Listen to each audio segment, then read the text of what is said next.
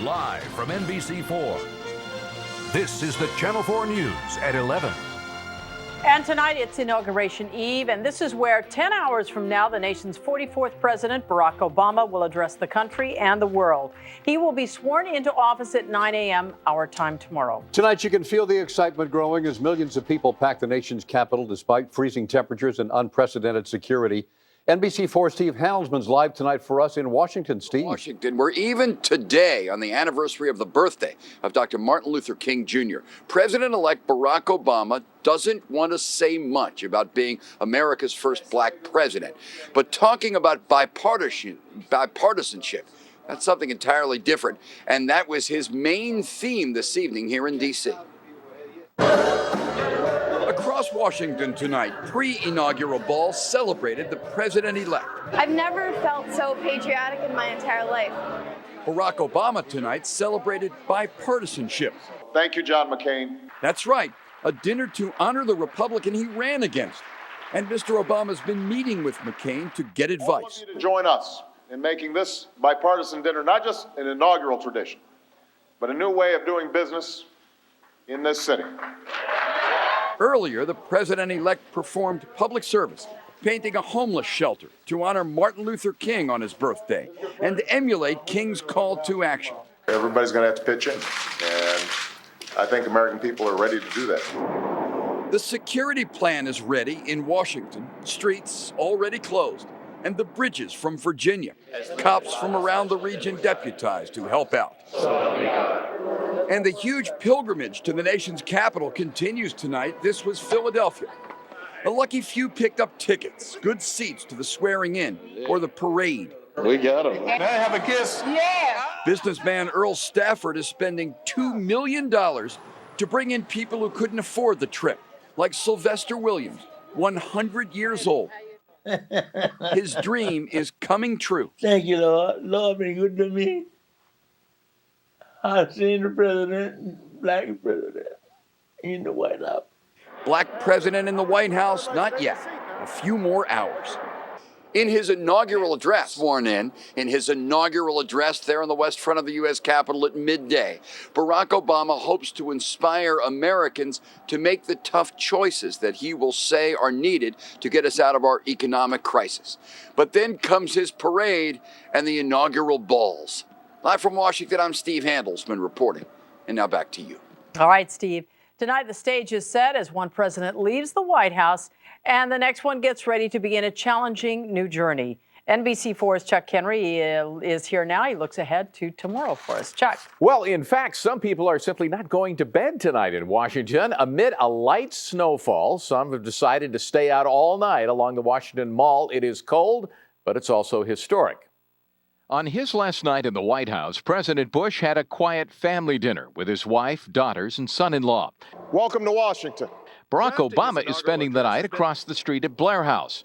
And tomorrow morning at 10 a.m., the Obamas will walk across Pennsylvania Avenue to the White House for coffee with the Bushes.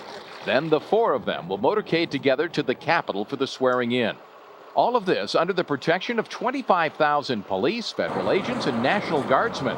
Overhead, helicopters and jets will enforce a strict no-fly zone. All right, bring us in, Mark. And the Coast Guard patrol boats, armed with machine guns, will patrol Washington's waterfront.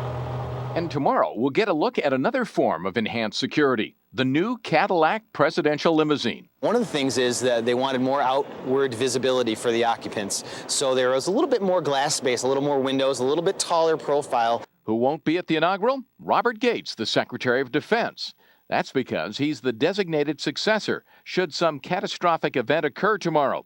The one cabinet member who would be somewhere else, safely watching the inaugural from an undisclosed location. And we learned that Vice President Dick Cheney will be at the inaugural, but in a wheelchair. Cheney said he pulled a muscle moving boxes. There is another big story that's buzzing around Washington. It's a tidbit that Vice President Joe Biden's wife let slip on the Oprah Winfrey Show today. Joe had the choice to be Secretary of State or Vice President. And I said, Joe, no. Well, okay, he did. So, He had a choice. Well, a Biden spokeswoman later denied that that was the case in a statement mailed out to reporters. Paul? All right, Chuck, thanks. Tonight, big plans for the inaugural are taking shape right here in Southern California. NBC4's Beverly White is live in downtown Los Angeles with that part of our story tonight. Bev? Well, Paul, the Lakers game just let out, but area road closures are underway as we speak. Tonight, downtown is setting the stage for politics, that other great American spectator sport. They're billing it as the city's biggest inaugural viewing party at LA Live's Nokia Plaza. Judging by the dimensions of the outdoor TV screens, they could be right. But at Occidental College, Barack Obama's undergraduate alma mater, the Keck Theater is standing by for a standing room only viewing party. Nearby, the bookstore is brimming with Obama memorabilia, and the campus bristles with Obama pride. He came from here, and we're all proud of him and really happy. There are only 3 California colleges and universities that can claim a president. Whittier, of course, with Richard Nixon, Stanford with Herbert Hoover, and now Occidental with Barack Obama. TGI Fridays in Ladera Heights is among 900 Fridays nationwide, preparing to do it up big. TVs typically tuned to sports will offer patrons a chance to share presidential history. We have a staff that's coming in at 8 o'clock tomorrow morning to do streamers, balloons, arches, and we have some giveaways that we're going to be giving away to our guests. But not everyone can break away to watch the entire inaugural. This man forecasts a steady turnout in his workplace business lounge. Co-workers, I'm sure, as well as clients will be there. And so to see it happen and to see the country come together and to elect him is really something to celebrate, I think. And the TV viewing and events here at LA Live start at 7 a.m. At Occidental College, they begin at 8 a.m. And the organizers tell us no matter where you go in the Southland, you can leave your overcoat at home. Reporting live in downtown, I'm Beverly White, Channel 4 News. All right, Beverly, not the case certainly in Washington. In fact, in Washington, just about everybody's getting ready for the big day in one way or another. In fact, just try to get a hair appointment anywhere near the Capitol tomorrow. D.C. salons are reporting a huge bump in business as people prepare for all the big events tomorrow night. Same thing at the Washington tuck shops as men get fitted to look sharp on Inauguration night. And there's still the scramble for tickets. Craigslist and other websites have hundreds of ads from people still looking for tickets and people trying to sell them. Our live coverage of the inauguration begins at 7:30 tomorrow morning. We'll also stream all of the day's events live on our website, NBCLosAngeles.com. All right, big day tomorrow. Meantime, as we continue tonight, coming up, that jet that landed on water in New York may have had problems a couple of days before. Also, another wealthy investor has disappeared. We'll have more on that story coming up next. And later, they are catching the red eye to history. Live Obama drama at 11:15. You're watching the Channel 4 News at 11. Another hedge fund manager has disappeared, and investigators say millions of dollars are gone as well. 75-year-old Arthur Nadell was reported missing by his family members last week. Police say he seemed very distraught in a note left for his family.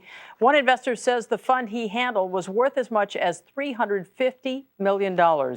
Police have received several complaints from investors who say they lost hundreds of thousands of dollars. The crew of that U.S. Airways jet that went down on the Hudson River last week will attend tomorrow's presidential inauguration. Federal investigators now confirm that the jet experienced a compressor failure 2 days before the crash. Now, the flight data recorders were found intact and will be examined in Washington, D.C., and investigators tell us they seem to confirm that the Airbus 320 hit the flock of birds and lost power to both engines at the same time. Tonight, a deadly fire has turned into a murder investigation in Los Alamitos. A woman's body was found inside a burning apartment at about 5:30 tonight. Now, investigators suspect the fire was set to cover up a murder. They've identified the suspect as 25-year-old Joseph Elias George Etima. He is believed to be related to the victim. Neighbors report hearing screams from the burning apartment. They also say a child who lived at the house told them his brother had stabbed his grandmother. Turning to the weather, say goodbye to summer and winter and hello to a chance of rain. Fritz is up next with your forecast. Also, famous people making pledges to help the new president. We'll have more in a live report coming up next.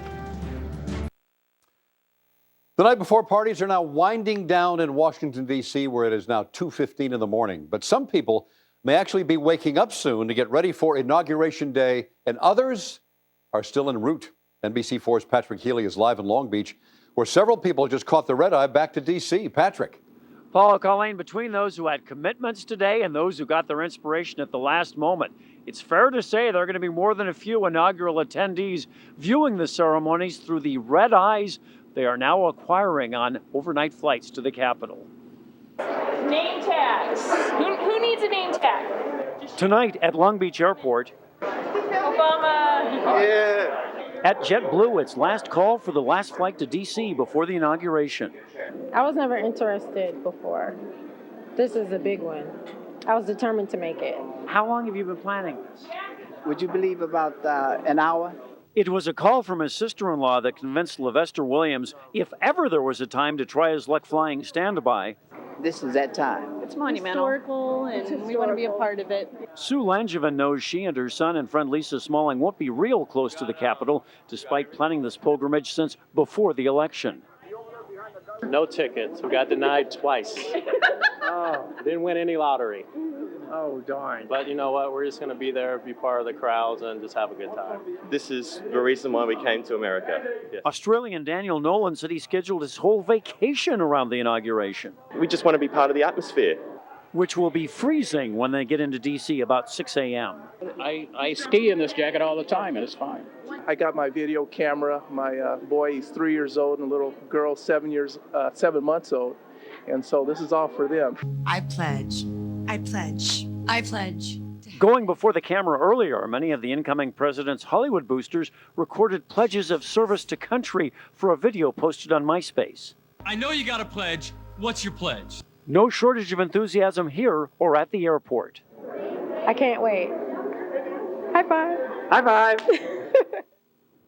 High five. So what's a few red eyes on Inauguration Day? Live at Long Beach Airport, Patrick Healy, Channel 4 News. Students at a high school in Pomona have produced a very emotional video message for our new president. It's about their struggles to achieve the American dream in the middle of a recession. We're like 4 months behind rent. We moved with our aunt. There are currently 12 of us in a one-room house, so do the math. It's really hard because, like my mom, I see her struggling. These 10th graders say they taped this unscripted for a class project. They plan to deliver the DVD to both the new president and the governor. The entire video, titled "Is Anybody Listening?" can be seen on YouTube. All right. More mixed news in the housing front tonight. Home sales are starting to show a little bit of life again, but most of those sales, it appears, are, you got it, foreclosures. The real estate tracking firm MDA DataQuick says that foreclosures accounted for more than half of the nearly 20,000 homes sold last month in the greater Southern California area. We're talking 56%. Meantime, the value of most homes has fallen. The median home price in Southern California is now $278,000. At this time last year, it was $425,000. That's a drop of 35%. There is new research tonight that supports the belief of most scientists that the world is slowly getting warmer. In fact, last year ranks in the top 10 warmest years of all time, coming in at number 8, according to the National Center that collects such data. The 10 warmest years on record have all taken place since 1997.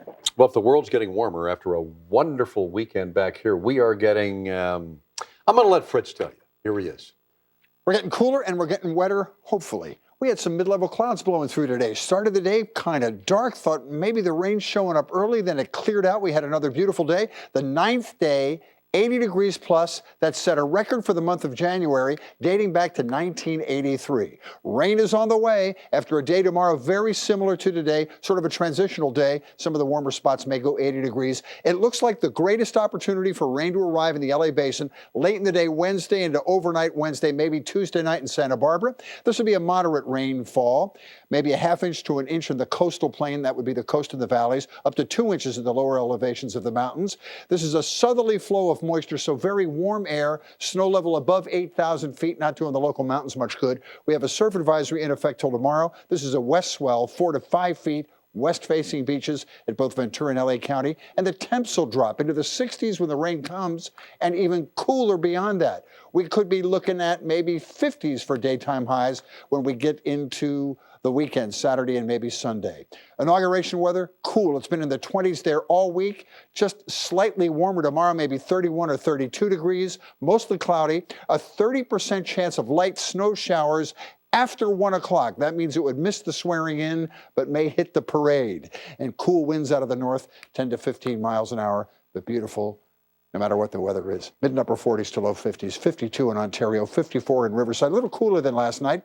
These highs tomorrow, very little difference from today's temperatures for the last day, as we get the last day, the 10th day of 80-plus temperatures with a moderate offshore flow. 81 in Burbank and Glendale, 80 inland Orange County back through the San Gabriel Valley, 72 along the south coast, 4 degrees warmer along the north coast, 80 at Thousand Oaks and Simi, 81 degrees at Northridge. Mathis Brothers 7-day outlook for LA, Ventura, and Orange County. Say goodbye to it tomorrow. Back to reality. Cooler temperatures, a chance to get wet. Probably late in the day Wednesday. The work gets done overnight Wednesday into Thursday morning. Clearing out but staying cool. Normal temperatures with some clouds. And the coolest day is going to be Sunday, when we're in the mid and upper 50s everywhere. A cool winter day. There's a look at the Inland Empire. Or here's a look at the Inland Empire coming up shortly. If you ever have questions about the weather, we would recommend the Weather Channel or weather.com, 2 great resources for weather. We can imagine what the Inland Empire would look like. There it is. Pick a number and attach yourself to it. See you later. Thanks, Fritz. You know, when it comes to being happy, Americans have reached a record low, and no, it's not because of the economy. A new University of Chicago survey shows the number of unhappy Americans has reached its highest level since 1972. The survey was taken between April and August of last year, before the economy took its biggest dive. 14% of Americans said they're not too happy. More than half said, well, they were pretty happy. And about a third described themselves as very happy. Researchers say marital status plays a big part in their mood. Those who are hitched tend to be happier. All right, tomorrow, on top of everything else, you can get a freebie. You can get free cosmetics. Find out where next. Also coming up, Kobe versus LeBron. Modern day stays unbeaten. And a race that gives new meaning to trailer trash. All on the NBC4 Sports Desk. Tomorrow, stores like Macy's and Target, among others, will be giving away free makeup. The giveaway is to settle a class action lawsuit that alleged price fixing. The stores admit no wrongdoing, but have agreed to give away $175 million in cosmetics. Brands include Estee Lauder, Chanel, L'Oreal, and Christian Dior. Customers will be able to choose from products specifically set aside for the giveaway. It's first come, first serve, one item per customer until the supplies run out. For a complete list of the stores and the brands being given away, go to our website, NBCLosAngeles.com, and type the words free cosmetics in the search box. This is the NBC4 Sports Desk with Fred Rogan. Hello again, the marquee red, Lakers versus Cavs, but the underlying story, Kobe versus LeBron, the 2 best players in the NBA squaring off. The matchup, though, looked like it wouldn't happen opening minutes. Kobe dislocated his right ring finger while guarding James. Obviously, he was in pain. He had it taped, and he continued in the game. And LeBron got it going in the first half. He spun. He hit the fall away. James with 10.5. Kobe did not let that finger bother him. Final seconds. The jumper over LeBron. Kobe with only 5.5. Lakers down 1 at the break. Third quarter. Kobe heated up. A fall away over James. Lakers on a 13-3 run. They led by 7. But James didn't have the game he would have liked. He was only 9 of 25. No stopping that. He finished with 23 points. The Cavs down 9 after 3. Fourth quarter, Kobe, the move of the night, backing in on LeBron. And then drilling the turnaround to beat the clock. Kobe, 9 of 22 for 20 points. The Lakers in control. Bryant also finished with 12 assists. Here comes an alley-oop. And that will go to Trevor Ariza, taking care of business. Lakers beat the Cavs 105-88. The matchup was a push for Kobe and LeBron. In the win over Milwaukee. This afternoon at Staples, Clippers and Timberwolves. Marcus Camby, the latest to join the walking wounded, out with an injured ankle. Pick it up in the fourth. Clippers playing catch-up. Rookie DeAndre Jordan grabbed the rebound and laid it in. 8 points and 10 boards at his first career start. That cut the lead to 2. That was as close as they would get. Al Jefferson throwing his weight around for the bucket and the foul. Minnesota won it 94-86. Clippers have dropped 13 of their last 14. College football, USC named Jeremy Bates the new quarterback's coach and assistant head coach of offense. Bates an assistant with the Denver Broncos the past 3 years. High school basketball, Gary McKnight and top-ranked Mater Dei in Springfield, Mass. for the Hoop Hall Classic. Monarchs in white playing Whitney Young of Chicago. Second half, watch the passing by Mater Dei. Travis Ware finishing with the jam. He had a team-high 24. And later, a quick pass to Travis's twin brother, David Ware, for 2 of his 18. The Ware twins wearing out Whitney Young. Mater Dei won it 86-61. They're 18-0. Finally, for all of you who get frustrated driving behind that slow-moving camper trailer on the 405, this is for you. From the UK, it's the annual Caravan British Grand Prix. Drivers race around the quarter-mile track, pulling camper shells at high rates of speed. What happens when there's a bottleneck in the middle of the race? Well, the racers simply plow right through, taking everything out in the way. You might ask yourself what kind of person would put themselves through this type of carnage. I believe that the sign speaks for itself. This has been the NBC4 Sports Desk with Fred Rogan. Now, you know, a lot of people are excited about tomorrow. But take a look at this. Somehow this little guy stands out in the crowd. His story is next. I'm a little brother. Obama made me proud. Everybody work together. We put Obama in the house. Yeah, get down. He's 6 years old, another one of those YouTube overnight sensations. That's rapper Lil Yanni from Oakland, laying down some positive rhymes about President-elect Barack Obama. The rap was actually written by the boy's grandma, who said that she was tired of all the negativity in rap music. What a cutie. You think he's got producers lining up as we speak to sign him? No question about it. None. I bet Grandma comes as a package deal. What do you think? All right. That wraps it up for us tonight. Don't forget, Today in LA with the latest news, morning drive traffic, and Alita's updated forecast. It all starts at 5 a.m. And tomorrow morning will be history in the making. A lot leading up to this. See it all as it begins to unfold tomorrow on Today in LA. And for the latest news 24 hours a day, just go to our website, nbcla.com. Now stay tuned for the Tonight Show, #1 in these United States with Jay Leno. And tonight, Mr. Leno and company will welcome Jimmy Fallon, Neil deGrasse Tyson, and Leanne Womack. All right, everybody, we'll see you tomorrow night at 5 o'clock. Good night.